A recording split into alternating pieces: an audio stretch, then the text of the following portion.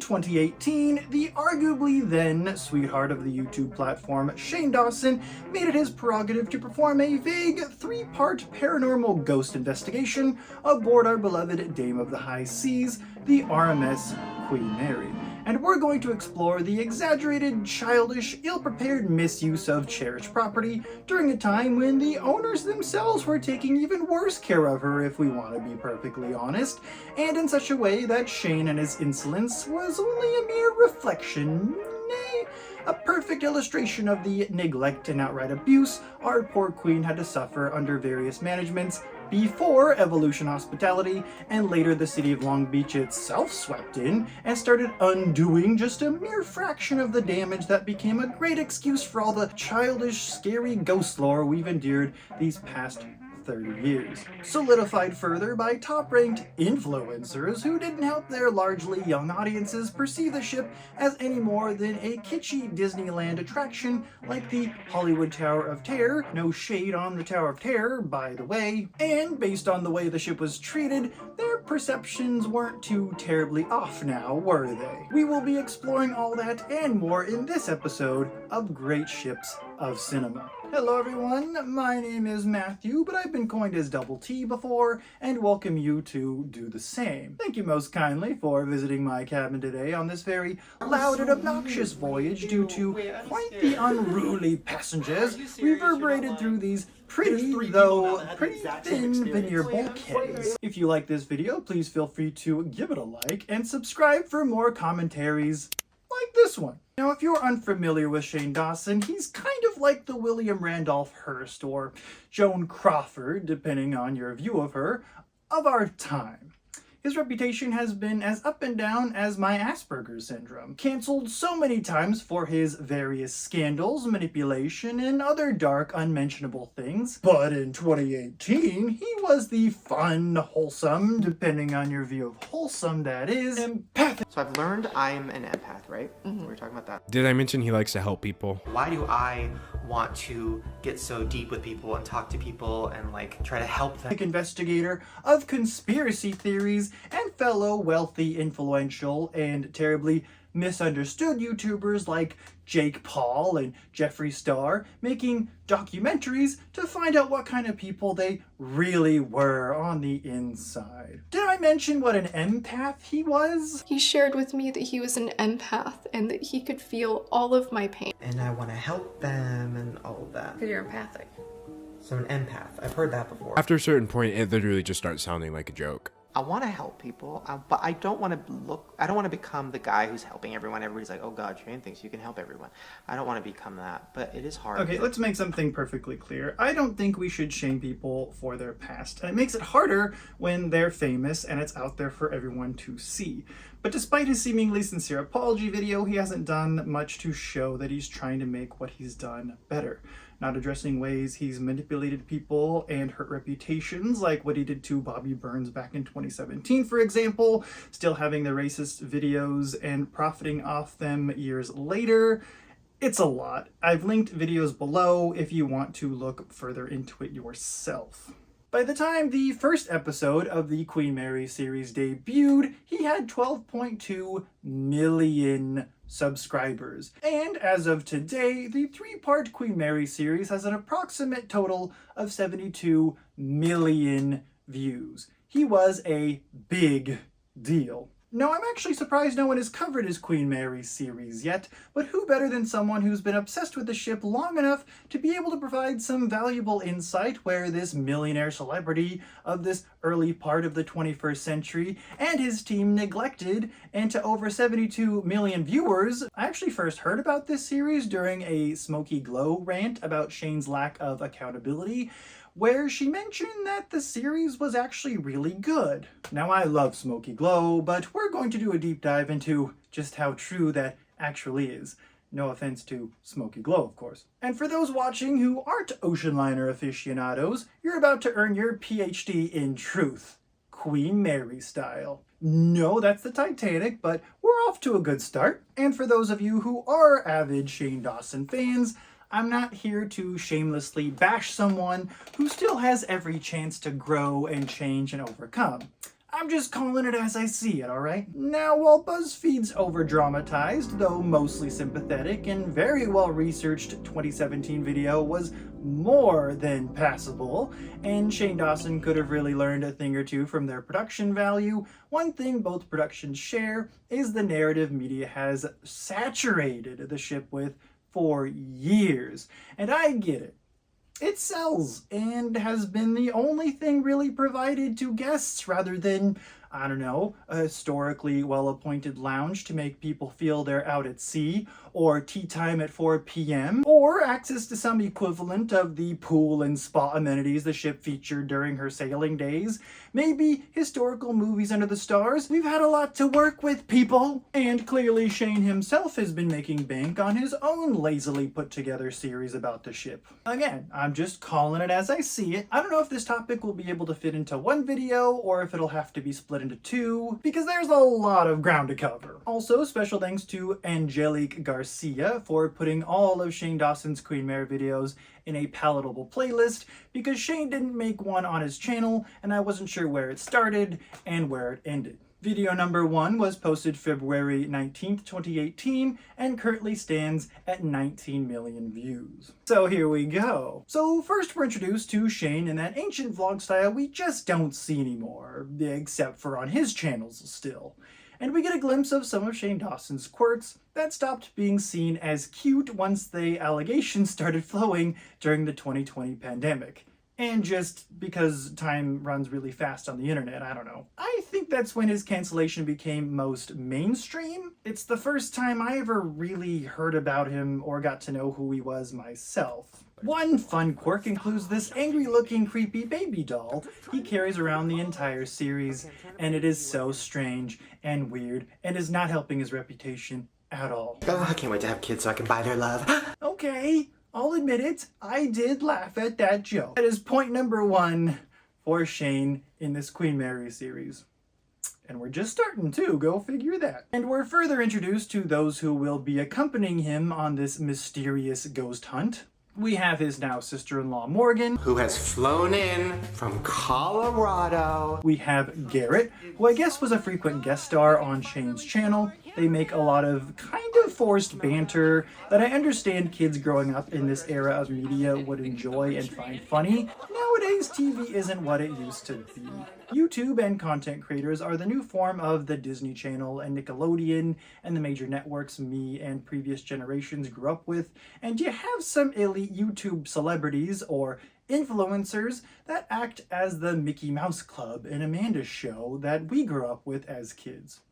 This intimate, personable approach is what's in nowadays, and Shane was really good at establishing this parasocial relationship with his fans, and still does to some degree.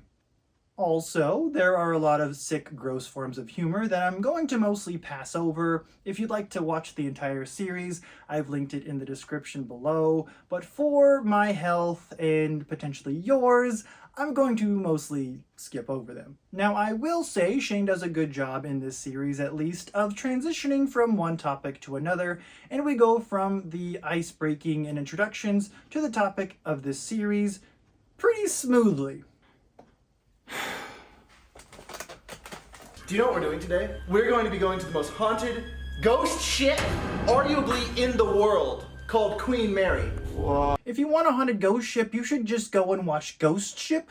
He's not wrong about the ship's reputation, though. So far, not bad. Anything with a lot of history, and some dark history at that, as the past becomes more obscure and unrelatable, is going to gather some yesteryear romance and mystique. And the Queen Mary's dark engine room and liminal corridors definitely induce that. Not to mention the ship is really huge and a little mazy if you don't know where you're going. I grew up in Long Beach. I haven't been there in like 10 years, but the last time I was there, this is really dark. But I went with a friend and we were in a haunted room and her pigtail got pulled. And then we went to the front desk and said like, oh, and they said, oh, did somebody pull your pigtail? Yeah. I said, yeah. And she said, oh, well, that's the ghost captain of the ship. And he likes to walk around in the middle of the night, pull girls' pigtails and f them. Now, Shane shares about how he grew up near the Queen Mary and one specific experience that he's had, but like Shane has often done, he just hypes things up in a way that looks so fake and overly produced. This is really dark. And also, we don't get any follow-up about his scary experience. Not really, which makes us wonder if it's real or not. And this is not a new thing. And Benjamin! Tyler and Benjamin are coming along on this journey. Yeah, because you know what? Hey, don't give me that face. I read about a ghost who's looking for her baby, and so we're gonna give her this. Oh, and I forgot there's another doll. Really? And so realistic? I guess this was a trope on Garrett's channel, who through these collabs hope to grow his audience just a bit more. It's just creepy and weird and gets creepier and weirder is all, especially knowing Shane's reputation. But apparently this ship is insane. So it was built in 1936. Okay, average ship redditor here, Garrett, and some fun facts that might help your series just a little bit. The Queen Mary started construction in 1930 because of the Great Depression, was delayed for 2 years. She was finally launched in 1934 and completed in 1936. Now I know it may all sound like semantics, but it's very easy research, Garrett. A lot of people have died on it, I guess. Many have died aboard. And it's legitimately one of the most haunted places in America. Definitely the most haunted ghost ship, apparently, in the world. But we already established how very haunted the ship is. You can have used these precious moments to tell us her contribution to the war or something. Because I was like, hey, do you believe in this? You know, like, do you believe in this paranormal stuff? And she was like, honestly, I don't like it all because I'm very, like, atheist, but this place is f***ed up. Like she said those words. He dives into the experiences employees have had, which are also controversial in their actual knowledge information. Also, it's big. Can I tell you? It was built by the same people that built the Titanic. It's bigger than the Eiffel Tower. This isn't like a tiny ship. Okay, thank you. Yes, she is big. But let's get something clear. Titanic was built by White Star Line at the Harland and Wolff shipyard in Belfast, Ireland. He's English, no? No, it was built in Ireland. 15,000 Irishmen built this ship. Solid as a rock. Big Irish hands. During the Great Depression, the British government forced them both to merge if they wanted any funding for construction of Queen Mary. So you're not wrong, Garrett, and I think little tidbits like this would have added so much to the series. You could have called me, though I was working at Albertsons at the time. Wait, that looks like a G-WAGON. I think I could actually fit inside of here. Background's wonderful. It's really. How's the lighting? Oh, we were getting food. Oh my god! Can you kick up the board? I got oh my god! Mezzo, ama, pumps. This is so humiliating. The next few scenes are all about the expensive new Jeep Shane bought for Ryland. They bring their animals for a ride in it. We're going to the Queen Mary. That was very real. No, I've heard like crazy stuff. Whoa. Is this a Nickelodeon So movie? don't, like, I wouldn't go outside at night where you're like, something could like make you jump.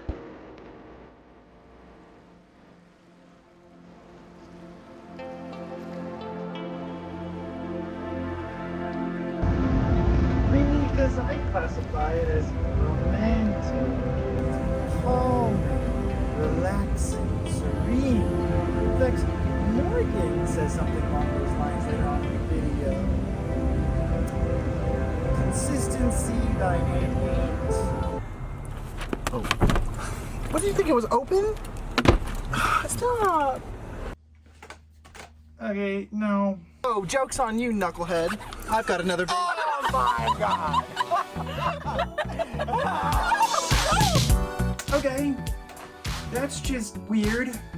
We get a just entered high school film class montage of Long Beach. I paid $35,000 for this cinema arts degree, while Shane has $35,000 for a manicure and has produced several big budget movies. You can afford better film equipment and take time for some quality shots, even if you want it to look candid and relatable. Just look at Peter McKinnon, who's the father of vlog meets film professionalness. So Casey Neistat might have been the one who started that whole thing. And I'm going to go into further detail about this later, but I say this because Shane considers himself a filmmaker.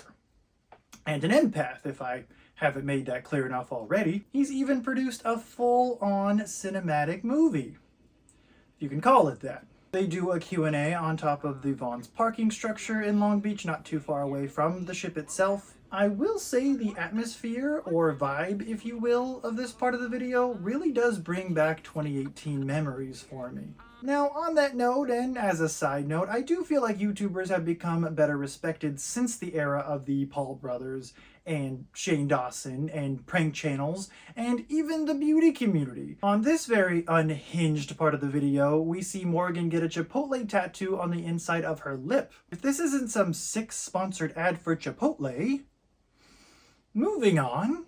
By the way, I just read that over 49 people have died on the ship, and it's killed about 100 more. Oh, I'm sleeping in the car. Wait, what? Yeah, there's so many people who have died on this ship, it's actually insane. And some recently because they actually fall off of it. That's a risk. Now when it comes to people falling overboard, some cases happened while she was sailing between 1936 and 1967. There's a very tragic tale about a troop member who was goofing off, sat on the rail, and fell over during World War II. And there are actually many cases post-1997 when drunk people tried to do that iconic scene from Titanic on the bow and fell over. It's a big reason for why they closed the bow section at 6 p.m. This is why we can't have nice things. We get a dramatic sneak peek of episode 2 in the series that I show my friends sometimes so that they know there'll be no ghost aboard after Shane and his friends scare them all away with their privileged YouTube antics.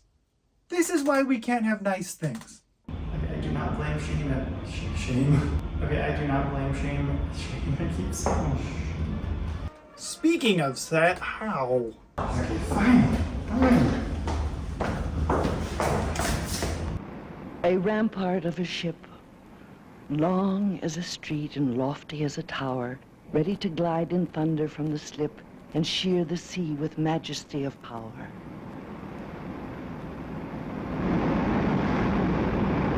I long to see you leaping to the urge of the great engines rolling as you go. This is really dark.